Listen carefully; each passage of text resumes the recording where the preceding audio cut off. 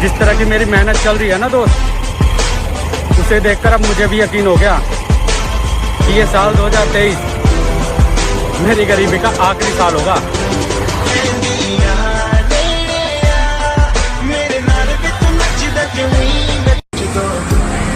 car हो या iPhone लेंगे जरूर, लेकिन बाप के पैसों पे नहीं,